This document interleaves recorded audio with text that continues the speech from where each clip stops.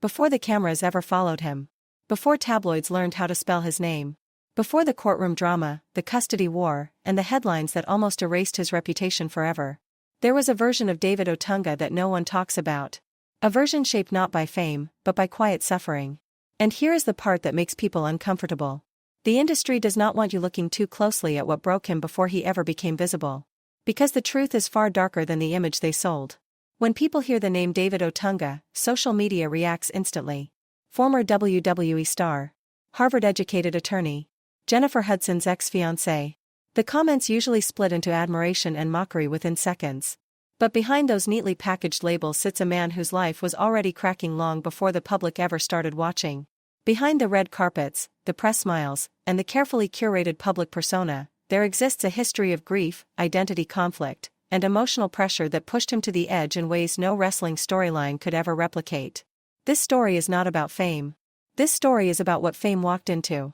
Because long before wrestling rings, courtrooms, and celebrity relationships, David Otunga's life began in silence. In a small Illinois town that offered no glamour, no safety net, and no mercy for those who did not fit neatly into a box. It was a world that demanded strength without offering understanding. And for a child growing up there, difference was not celebrated. It was punished. Born to a Ghanaian father and an American mother, David carried two worlds inside him that rarely agreed with each other. On one side, there were expectations rooted in discipline, achievement, and relentless excellence. Success was not optional. Failure was not forgiven. On the other side, he lived in a society where being mixed race often meant being unseen, misunderstood, or reduced to assumptions that never fit. He belonged everywhere and nowhere at the same time. And that isolation followed him into every room he entered. From an early age, David learned what it meant to stand out for reasons he did not choose. He was often the only mixed-race child in his environment. The stares lingered too long. The comments cut too deep. Children did not understand him, and adults did not know how to define him. And when people cannot define you, they project onto you. That constant pressure to explain his existence became exhausting. And slowly, quietly, it chipped away at his confidence. What most people never see is how early the burden began. The unspoken rule that he had to be better, smarter, stronger, more controlled. Twice as good just to be considered equal. That pressure followed him everywhere. At school. At home. In friendships. Even in moments meant for rest. And while the outside world focused on identity, another battle was unfolding behind closed doors. Inside his family, pain was not theoretical. It was lived daily. David grew up watching loved ones struggle with chronic illness, emotional instability, and private suffering that never made it into polite conversation. He was too young to fully understand what he was witnessing, but old enough to feel its weight. He saw how grief could drain warmth from a home. How tension could replace laughter. How love, under enough strain, could begin to feel distant. And then came the loss that would mark him forever. During his early years, David experienced the death of a close family member. A moment that did not just bring sadness, but introduced him to a truth most children are shielded from. That stability is fragile. That people disappear without warning. And that sometimes, there are no explanations powerful enough to make sense of the pain. That moment did not break him publicly. It shaped him quietly. It taught him how to bury emotions. How to perform strength. How to survive without being seen. And those lessons followed him into adulthood, into fame, and eventually into the very public collapse people would later judge without understanding what had been building underneath for decades. And this is where the story becomes uncomfortable. Because when everything eventually exploded in his adult life, when social media turned ruthless, when betrayal headlines spread faster than facts, few people asked what kind of foundation he had been standing on all along. Few people asked how much pain someone can carry before it starts leaking out in ways no one expects. This was never just a celebrity downfall story. This was a long, silent unraveling. And the most shocking part is how early it began. That loss did not simply hurt him. It rewired him. It was the kind of tragedy that shakes the foundation of a child's entire reality. The kind that forces maturity long before innocence has a chance to fade naturally. While other children filled their afternoons with laughter and careless joy, David was learning the language of grief. He was learning how silence feels when someone is gone.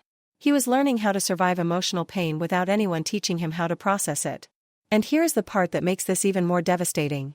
Instead of being allowed to fall apart, David felt an unspoken expectation to stay composed. To be dependable. To be the strong one when everyone else was breaking. Strength became his role, not his choice. He learned to swallow his pain so others could breathe. And that invisible weight, the responsibility of emotional leadership at such a young age, followed him quietly into adulthood like a shadow that never left. But instead of collapsing under it, David transformed it. He redirected pain into ambition, grief into discipline, loss into focus. He became the student teachers admired, the one who never slipped, the one who stayed late studying while others went home to relax. For him, success was not about trophies or praise. Success was an exit door. A way out of emotional chaos. A way to prove that the suffering meant something. But wounds ignored do not heal. They wait. They wait patiently. They follow silently. And they resurface when you least expect them, especially when the world is watching closely. By the time David Otunga reached adulthood, people saw him as unbreakable. The quiet child who turned adversity into achievement. The disciplined young man who refused mediocrity. The son who believed that failure was not an option because too much had already been sacrificed. That mindset carried him all the way to Harvard Law School. On paper, it looked like triumph. To the public, it looked like destiny fulfilled. But internally, it carried a different cost. Because behind every exam passed and every accolade earned lived a fear he never allowed himself to voice. The fear that if he failed, he would disappoint everyone who had endured pain alongside him. At Harvard, intelligence was not impressive. It was expected. Excellence was not celebrated. It was the minimum requirement. And suddenly, David found himself surrounded by peers who had grown up confident in their futures, not running from their pasts. While others entered classrooms with ease, David carried the emotional weight of an entire family's hope on his shoulders. He studied harder. He slept less. He masked anxiety with composure. To outsiders, he looked confident. What they did not see were the sleepless nights filled with doubt. They saw discipline, but not the fear that his worth depended entirely on performance. And just as he pushed through that pressure, life struck again. During his academic journey and early adulthood, David experienced the loss of another close family member. A devastating moment that tore open wounds he believed were sealed. It reminded him that no amount of success grants immunity from pain. That life can collapse without warning. And once again, he assumed the role he had been trained for since childhood. The one who holds it together. The one who does not break. But life was not finished challenging him. After graduating and beginning his career in law, David confronted a truth that shook him deeply. He had achieved stability, respect, approval, everything he was supposed to want. Yet happiness was missing. Law gave him structure, but it drained him emotionally. It satisfied expectations, but not his spirit. He felt exhausted, pressured, and disconnected from himself.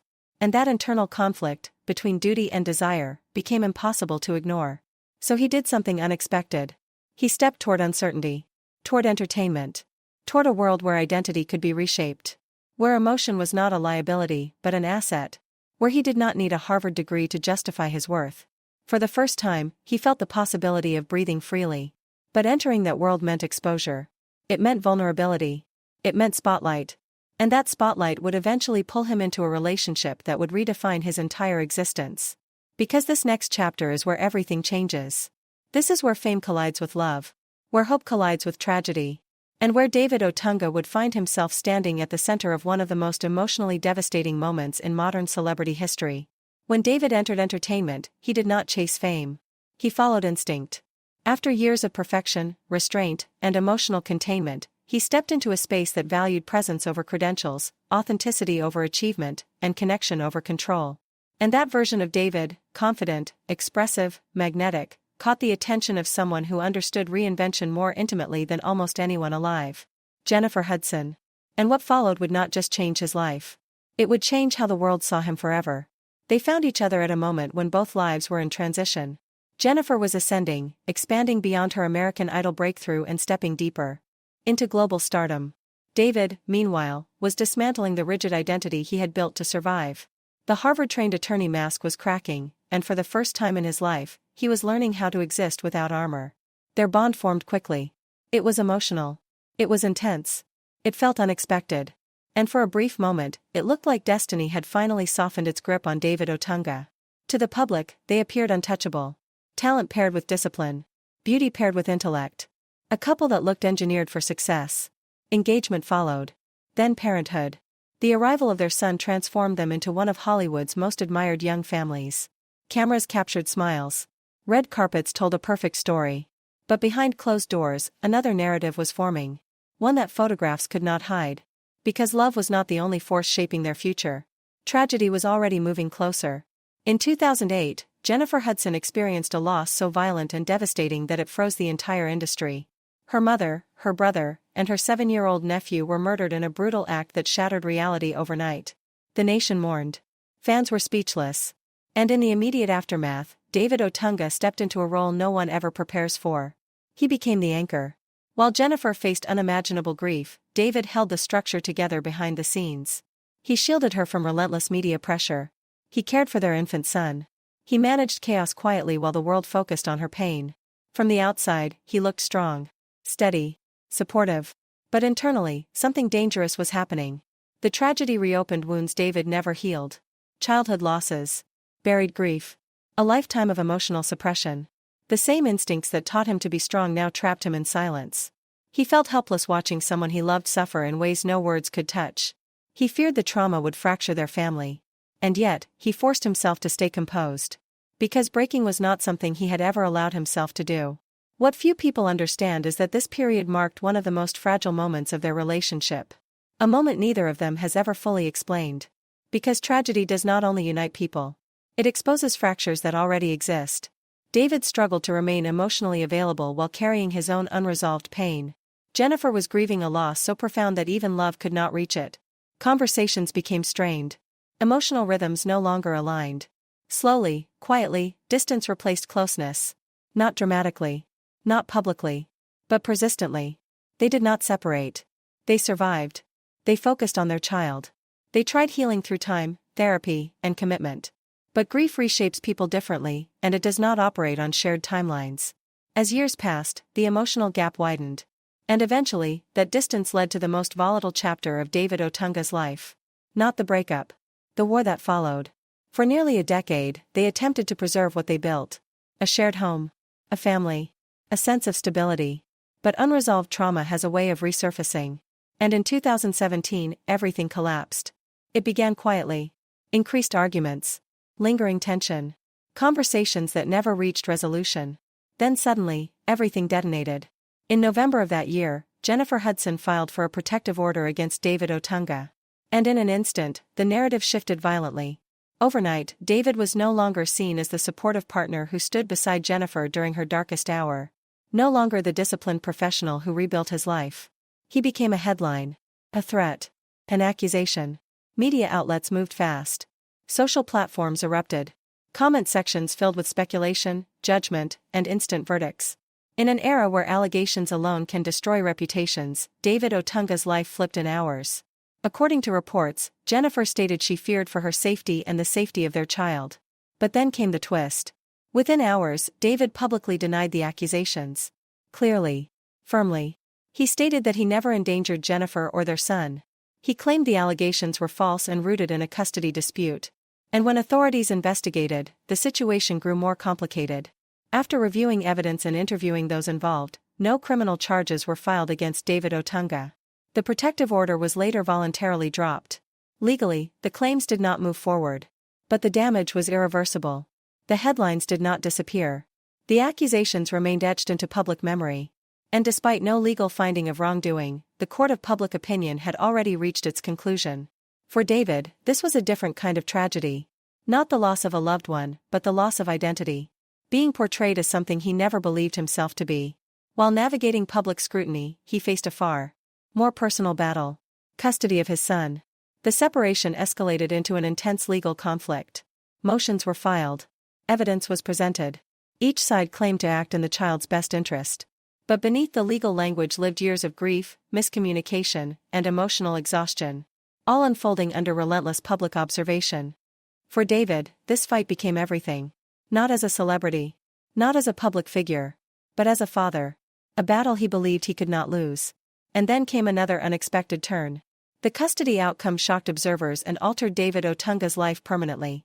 What followed revealed the deepest emotional scars he carries to this day. And that final chapter is where the story becomes impossible to ignore. After months of relentless headlines, whispered accusations, and emotionally charged courtroom confrontations, David Otunga found himself standing in the most critical battle of his entire life. Not for fame. Not for legacy. Not for reputation. But for his son. From the moment the separation became public, David made his position unmistakably clear. Everything else could be taken from him, but not his role as a father. Not his presence. Not his responsibility to protect the one life that mattered more than anything he had ever achieved. This was the part of the story the media never amplified. The psychological toll of fighting not only a legal case, but a public narrative already written without him. Because when audiences consume celebrity custody disputes, they rarely see the human cost. They do not see the fear that creeps in at night. They do not see the dread of waking up to headlines that question your character. They do not see the panic of wondering whether your child might be taken from you by forces beyond your control. For David, this was not a public relations crisis. It was raw terror. It was heartbreak layered with helplessness. It was the haunting possibility of losing the one person who anchored him to purpose. Yet under that pressure, something unexpected happened. He did not implode. He did not lash out. He did not crumble beneath speculation and judgment. He stayed steady. While commentators debated his character, David showed up. To evaluations. To therapy sessions. To hearings. To every requirement demanded of him. He trusted process over panic. Discipline over outrage. And over time, that consistency became impossible to ignore. After months of examination, documentation, and legal scrutiny, the decision was made. David Otunga was awarded primary custody of his son. The outcome stunned many observers. Not because it was unjust, but because public opinion had already chosen sides long before the evidence was reviewed. But the court did not rule on emotions or headlines. It ruled on facts. On patterns. On stability. On presence. And the ruling confirmed what those closest to David had known long before the controversy. He had always been an attentive, responsible, deeply committed father. Still, victory did not come without damage. By the time the battle ended, David was changed. The accusations left scars. The media pressure hardened parts of him. The constant scrutiny drained him emotionally. He carried himself with composure throughout the storm, but something inside him fractured quietly. He learned firsthand how fragile reputation can be. How even unproven claims can linger indefinitely. How quickly admiration can transform into suspicion. Yet he also discovered something grounding. He was not defined by public judgment. He was not defined by a relationship ending. He was not defined by allegations or legal filings. He was defined by endurance. By how fiercely he protected his son. By his determination to ensure that generational trauma stopped with him. But just as life appeared to stabilize, tragedy returned without warning. After rebuilding his routine, reclaiming emotional balance, and creating a secure environment for his child, David was struck by another devastating loss. The death of a close family member who had served as emotional grounding throughout his life. For anyone, such loss is overwhelming. For David, it reopened every unresolved wound he had carried since childhood. Loss had always followed him. Quietly. Persistently. From early family deaths to professional pressure to public humiliation. This moment forced him to confront a painful truth. He had never learned how to grieve. He learned discipline. He learned resilience. He learned survival.